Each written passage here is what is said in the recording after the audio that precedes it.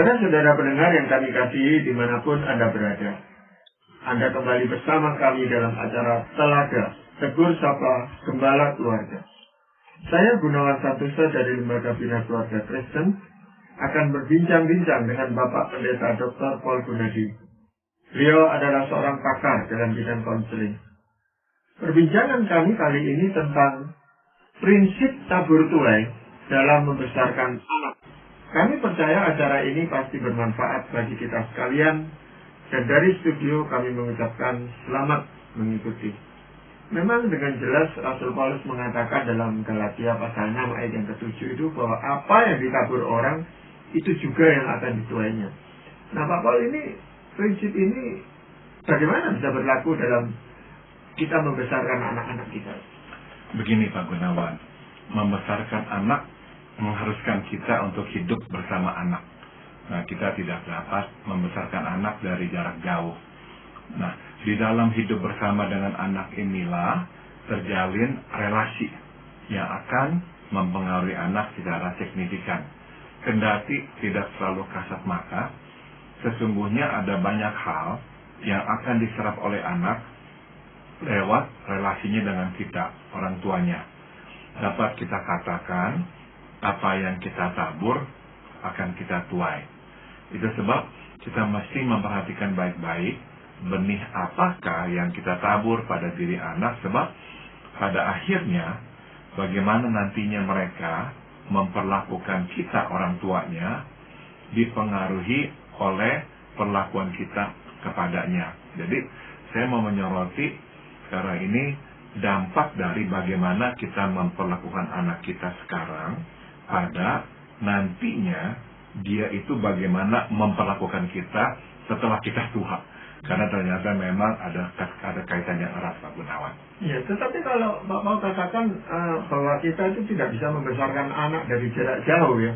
Kenyataannya sekarang itu karena tuntutan kehidupan itu banyak anak-anak yang sejak kecil pun itu harus sekolah di luar kota atau bahkan ke luar negeri gitu Pak Paul. Dan ini kan jaraknya jauh sekali. Betul, jadi akhirnya yang membesarkan mereka bukanlah orang tuanya ya. Jadi mungkin saja ada ibu kos atau orang tua yang diminta menjaga di sana. Ya akhirnya ya didelegasikan. Nah memang anak itu akan kehilangan relasi dengan orang tuanya, nggak bisa enggak.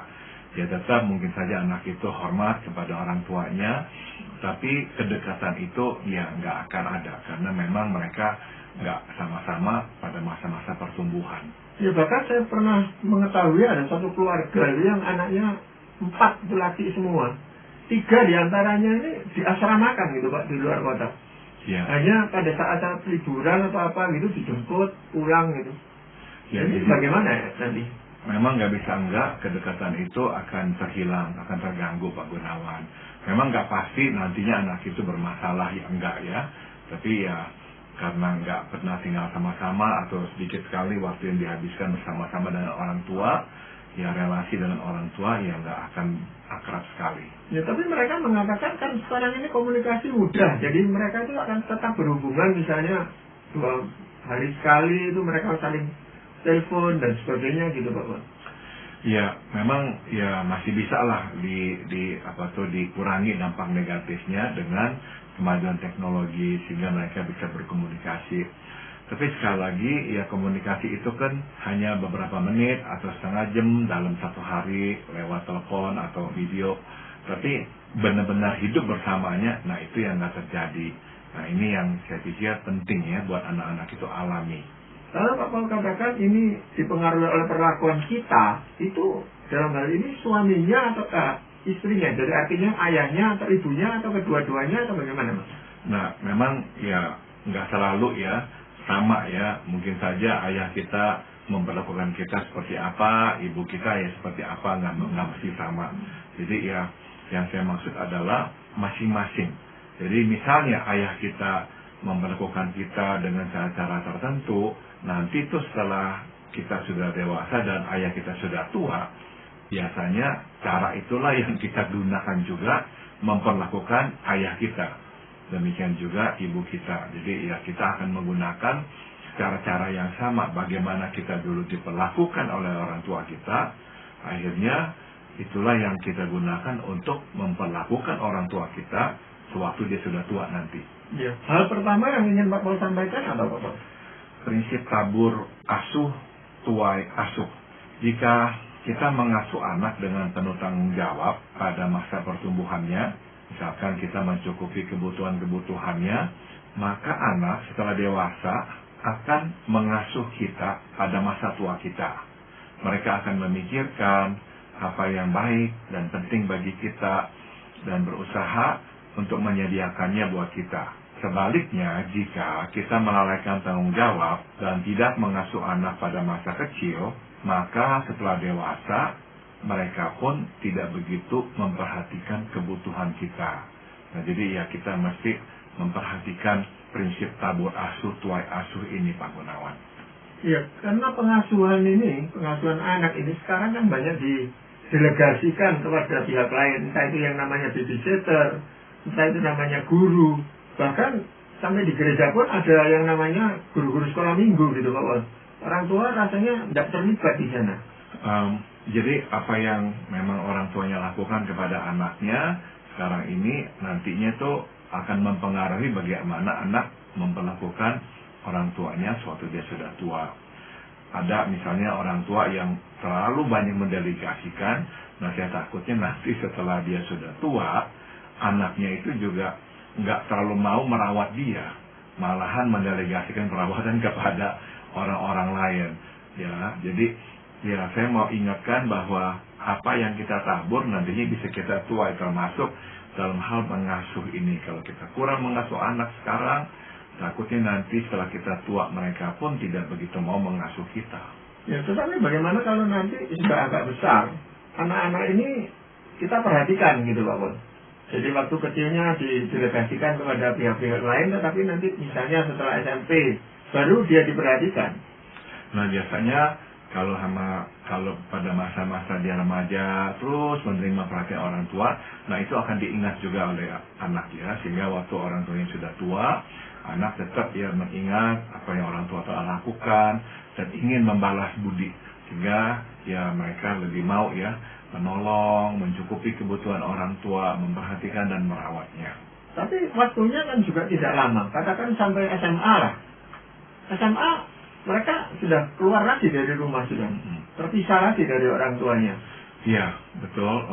Sudah tentu ya nggak akan sama dengan anak yang diasuh dari kecil ya oleh orang tuanya. Tapi saya kira kalau masih ada lah ya waktu beberapa tahun di mana orang tua benar-benar mencurahkan perhatian, memperhatikan kebutuhan-kebutuhan anak pada masa remaja, ya nanti setelah orang tua itu sudah lanjut usia, anak-anak tetap akan ingat ya bahwa mereka menerima begitu banyak dari orang tua. Nah sekarang waktunya lah mereka membalas kebaikan hati orang tua. Tapi kan itu tidak otomatis bisa seperti itu gitu Pak Pol. Ada banyak faktor yang mempengaruhi sehingga tidak secara otomatis anak yang diperhatikan lalu jadinya nanti pasti memperhatikan orang tuanya. Betul. Memang nggak bisa dipastikan ya, karena ada banyak hal yang bisa terjadi yang membuat dia misalnya di tengah jalan sakit hati sama orang tuanya. Mungkin setelah dia menikah orang tuanya berkata sesuatu yang nggak enak, nah jadi akhirnya dia ingat itu, dia nggak mau terlalu dekat sama orang tuanya. Betul, hal itu bisa terjadi ya, tapi saya kira lebih besarlah kemungkinannya kalau anak-anak pada masa kecil menerima pengasuhan orang tua memperhatikan kebutuhannya. Nanti waktu orang tua itu sudah lanjut usia, si anaklah yang akan balas memperhatikan kebutuhan orang tuanya. Ya mungkin itu suatu harapan saja dari orang tua, tapi kita tetap tidak bisa memberikan tuntutan ini kepada anak-anak kita yang kita asuh gitu Bapak ya. Betul. Nah, hal yang kedua yang kita perlu tabur apa Bapak? Tabur penerimaan, tuai penerimaan. Bila kita menerima anak tanpa syarat alias apa adanya dan tidak menuntut yang berlebihan pada anak, maka pada masa dewasa anak pun lebih dapat menerima kita apa adanya. Sebaliknya, jika kita tidak menerima anak apa adanya sekarang dan menuntutnya secara berlebihan, setelah dewasa anak pun tidak menerima kita apa adanya. Dia akan menuntut kita untuk menjadi orang tua yang lebih baik dan tidak mudah menerima ketidaksempurnaan kita. Jadi singkatnya gini Pak Gunawan, kalau orang tua ya terus ya mengkritik anak ya, kurang ini, nanti setelah orang tua itu lanjut usia, anak yang balas kritik orang tua. Papa kurang ini, mama kurang ini, papa kurang ini, mama kurang ini. Jadi itu yang saya maksud dengan tabur penerimaan, tuai penerimaan. Kalau orang tua lebih terima anak, kekurangannya, nggak apa-apa, kelemahannya diterima apa adanya. Anak juga nanti nggak terlalu kritis kepada orang tua, sewaktu orang tuanya sudah lanjut usia.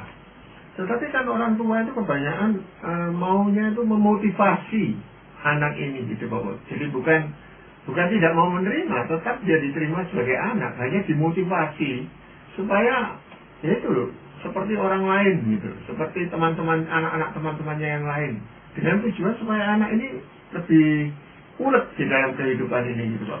Saya kira itu motif yang baik sekali ya, dan kalau dilakukannya dengan tepat, nggak sampai rasanya tuh menyoroti yang negatifnya, kelemahannya, anak akan bisa mengerti bahwa papa atau mama itu bermaksud baik ya, hanya memotivasi mereka agar bisa memacu diri. Nah yang saya maksud di sini adalah yang memang orang tua yang nggak bisa menerima anak ya, nggak bisa menerima kelemahan anak harus seperti yang diinginkannya, harus sesempurna mungkin. Nah saya takut nanti setelah anak itu dewasa dan orang tuanya sudah lanjut usia, anak akan memperlakukan orang tua persis seperti itu, akan sering-sering memarahi orang tua, kenapa begini, kenapa begitu. Misalnya orang tuanya kalau makan sekarang berantakan karena dia sudah tua, nggak bisa lagi mengontrol tangannya, mulutnya, sehingga kalau makan akhirnya nasi kemana-mana. Wah, anak bisa marah. Mama kalau makan kok kotor, berantakan, papa kok kalau makan apa. Jadi akhirnya tuh ya anak menggunakan perlakuan yang sama. Ya, mungkin itu menabur penolakan, menuai penolakan juga dari anak ya, itu. Ya, jadi ya apa yang memang kita tabur sekarang kita mesti hati-hati sebab nanti kita bisa tuai. Iya, memang kadang-kadang itu kita lakukan tanpa kesengajaan orang tua gitu Pak Bos. Bukan maksudnya menolak anak, tetapi tidak menunjukkan penerimaan yang nyata kepada anak-anak ini. Hal yang ketiga apa Pak Bos? Tabur penghargaan, tuai penghargaan. Apabila kita menghargai anak pada masa ia kecil, setelah anak dewasa, dia pun akan lebih menghargai kita. Sebaliknya jika kita menyoroti hal positif pada diri anak sewaktu ia kecil, maka setelah dewasa ia pun cenderung menyoroti hal positif pada diri kita. Sebaliknya jika kita sering mencela, mengungkapkan ketidakpuasan kita kepadanya, maka dia pun cenderung mencela dan mengungkapkan ketidakpuasannya kepada kita setelah kita tua. Nah jadi mulailah menabur penghargaan. Makin sering kita menghargai anak, nanti dia juga akan menghargai kita. Ya, dia akan lebih menyoroti hal-hal yang positif. Meskipun dia juga tahu kita ini gak sempurna, ada hal-hal yang negatif. Namun karena waktu dia kecil, kita juga menyoroti yang positifnya dia kok, nggak terlalu yang negatifnya. Nanti setelah dia dewasa dan kita tua, dia juga sama. Dia juga akan menyoroti yang positif pada diri kita. Dia tahu kelemahan kita, tapi dia nggak akan terlalu menyoroti itu. Iya. Bagaimana sebagai orang tua itu tahu batasnya gitu Pak Mo ya? Memberikan penghargaan kepada anak supaya anak ini tidak menjadi anak yang manja terhadap kita. Nah, kita memang menyeimbangkan penghargaan itu dengan tanggung jawab Pak Gunawan. Kalau kita hanya menghargai tapi nggak memberikan tanggung jawab kepada anak, ya anak nggak bertumbuh dewasa, nggak belajar untuk bertanggung jawab. Akhirnya manja sekali, hanya minta dituruti, dipenuhi kebutuhannya. Maka sebagai orang tua kita juga harus mengembangkan tanggung jawab. Anak mesti juga memenuhi tanggung jawabnya. Jadi pujian itu kita berikan atas keberhasilannya dia juga ya, menyelesaikan tanggung jawabnya. Penghargaan ini apakah termasuk rasa hormat anak terhadap orang tua Pak? Bisa ya Pak Gunawan. Jadi misalnya mula-mulanya ya orang tua menghargai ya apa yang anak lakukan, sehingga anak-anak tahu bahwa apa yang mereka lakukan itu tuh nggak hilang, tapi dilihat oleh orang tua dan dihargai. Nah, nanti setelah anak-anak itu besar, mereka juga lihat apa yang orang tua lakukan dan menyoroti hal-hal yang positif itu, mendorong, membesarkan hati orang tua.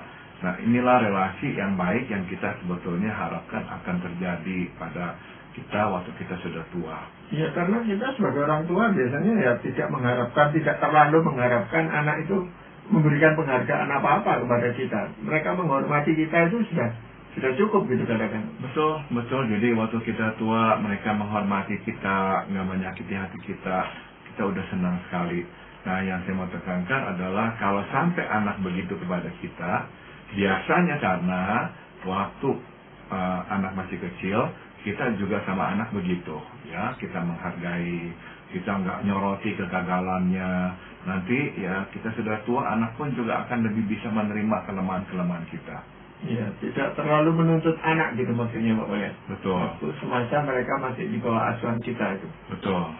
Tetapi hal ini kan nggak bisa terus-menerus kita lakukan gitu Bapak. Jadi artinya kalau anak ini sudah bertambah dewasa ya kita sudah jarang untuk memberikan penghargaan itu. Ya, udah tentu makin dewasa ya akan makin berbeda ya dalam hal apa kita menghargai anak. Nah, mungkin aja kalau kita sudah tua, anak kita misalnya ingat menelpon kita, ya kita bisa berkata, aduh, kamu kok ingat telepon saya, terima kasih, saya senang. Atau ulang tahun, dia memberikan kado, kita bilang, ya kamu kok baik ya, ingat ulang tahun kami, dan sebagainya. Nah, penghargaan itulah yang nanti kita akan terima dari anak, jika waktu mereka kecil kita juga memberikan penghargaan itu kepada dia. Iya. Hal yang lain apa Bapak? Tabur syukur, tuai syukur. Jika kita menekankan sikap bersyukur kepada Tuhan, maka anak pun akan bertumbuh dengan sikap bersyukur pula. Sebaliknya, bila kita kerap mengeluh, memfokuskan pada apa yang tidak kita miliki, maka anak pun cenderung mengembangkan sikap serupa, sering mengeluh dan tidak bersyukur. Bukan saja terhadap Tuhan dan hidup ini, tapi juga terhadap kita orang tuanya. Bukannya bersyukur, ia malah terus menyalahkan kita atas segala kemalangan yang dideritanya. Sebaliknya, jika kita menekankan sikap bersyukur, ia pun cenderung berterima kasih, ya baik kepada Tuhan maupun kepada kita. Ya, ini memang banyak dilakukan oleh pendahulu-pendahulu kita, jadi orang-orang tua kita, nenek-nenek kita itu yang seringkali dalam keadaan apapun mereka itu bersyukur, ya. Gitu Bapak. Ya. Tapi makin lama makin berkurang rasa syukur ini. Ya. Justru digantikan dengan rasa keluhan, dengan bentuk keluhan. Ya. Ya, jadi kita mesti hati-hati ya kalau kita ini nih sebagai orang tua ngeluh sekali, terus-terusan ngeluh. Kita ini nantinya itu menanamkan benih mengeluh kepada anak, sehingga nanti anak setelah besar tuh susah bersyukur. Dan biasanya akan jadi bumerang buat kita.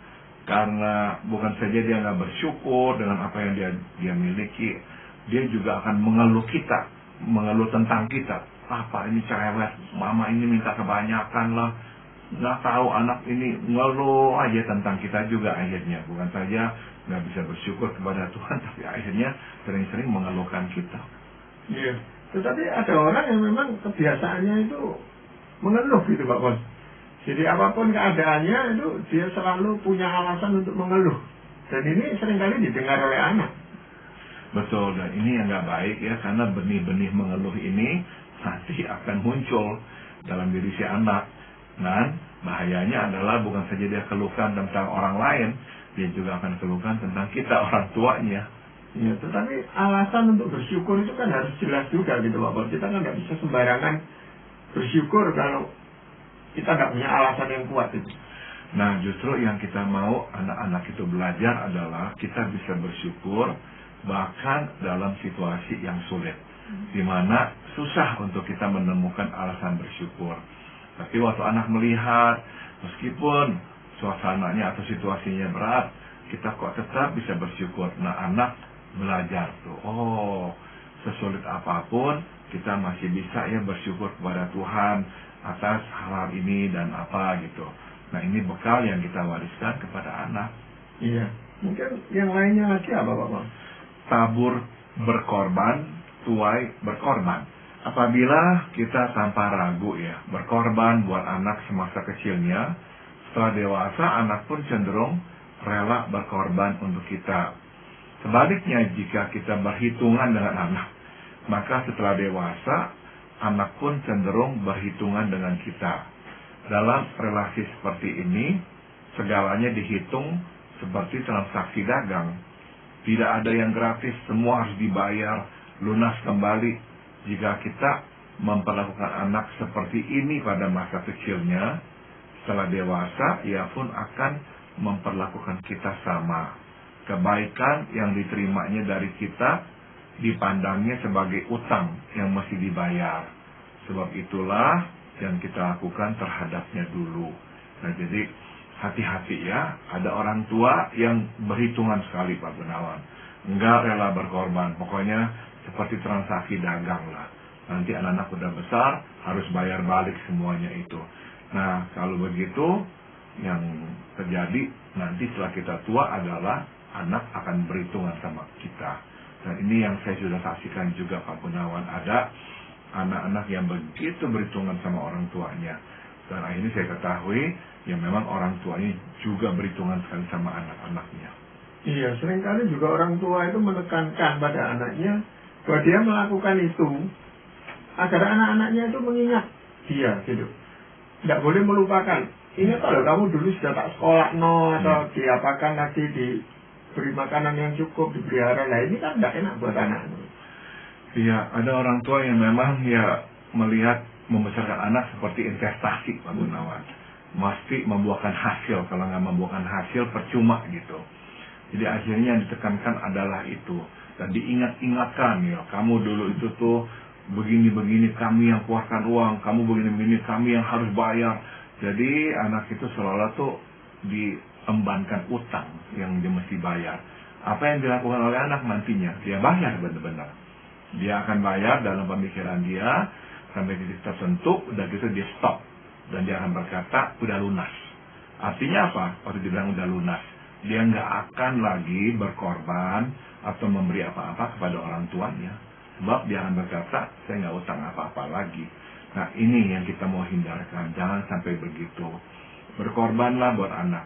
Apakah anak pasti nantinya itu akan rela berkorban buat kita? Belum tentu, saya ngaku ya. Ada orang-orang yang kecewa sekali sama anak karena waktu anak masih kecil mereka berkorban buat anak-anak.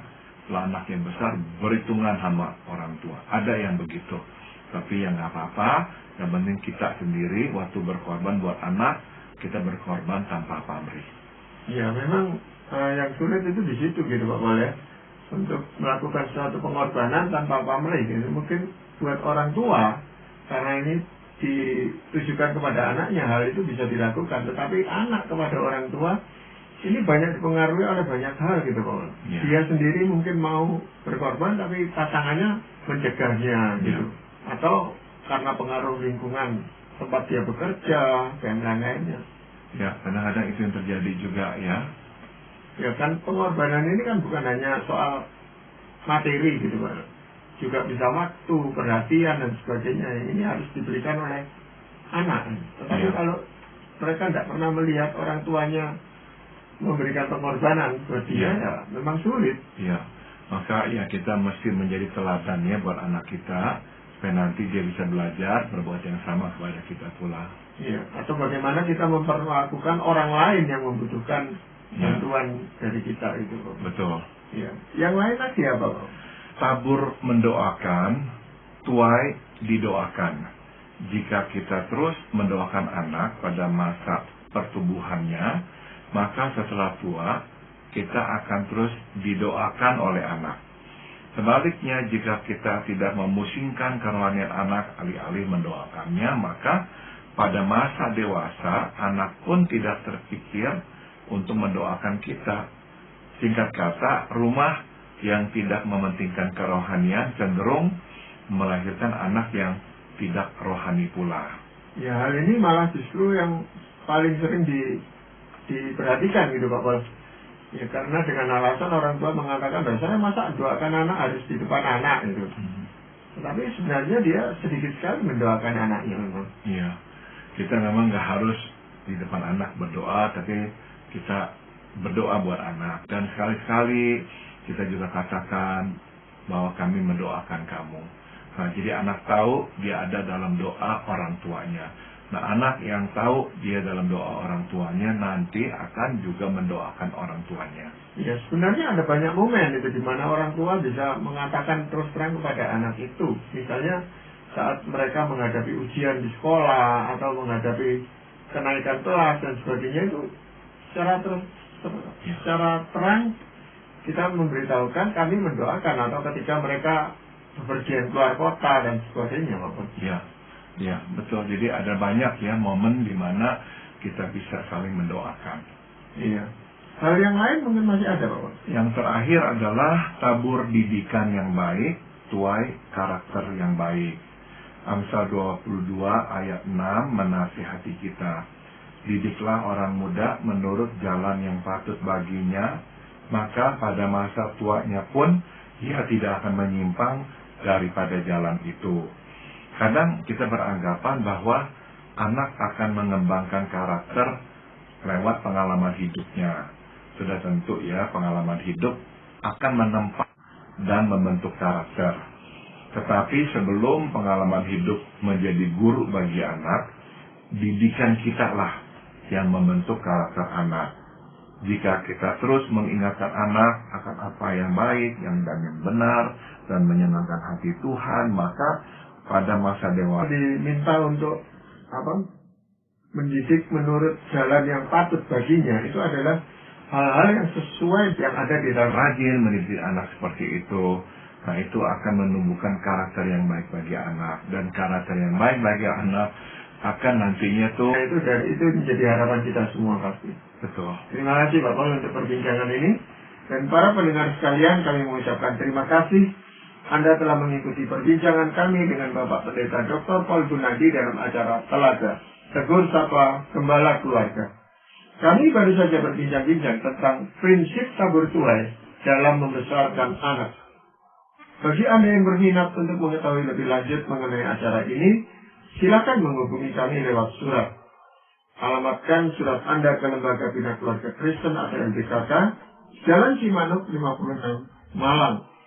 Kami juga mengundang Anda mengunjungi situs kami di www.telaga.org. Saran-saran, pertanyaan, serta tanggapan Anda sangat kami nantikan. Akhirnya dari studio kami mengucapkan terima kasih atas perhatian Anda, dan